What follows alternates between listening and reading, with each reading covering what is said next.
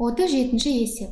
6-ға бөлгенде қалдығы 5 шығатын және 7-ге бөлгенде қалдығы 6 шығатын ең кіші натурал санды табыңыз. Біз мұнда нұсқаларды талдап шығайық. А нұсқасына қарайық. 66. 66-ны 6-ға бөлсек, біз 11 шығатын білеміз.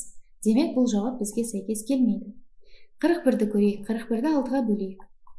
41-ді 6-ға бөлгенде біз 6-дан береміз. 36, 41-ден 6-ны азайтамыз, 5 қалдық.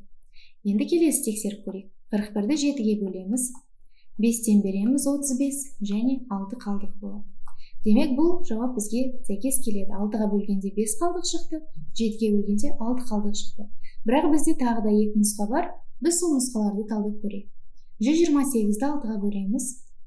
Бізде 21 және 2 қалдық болады. Ал бізде 6-ға бөлгенде 5 қалдық шығу керек. Демек, бұл нұсқа бізге сәйкес келмейді. 21-ді көрейік. 21-ді 6-ға бөлеміз. 3-тен береміз.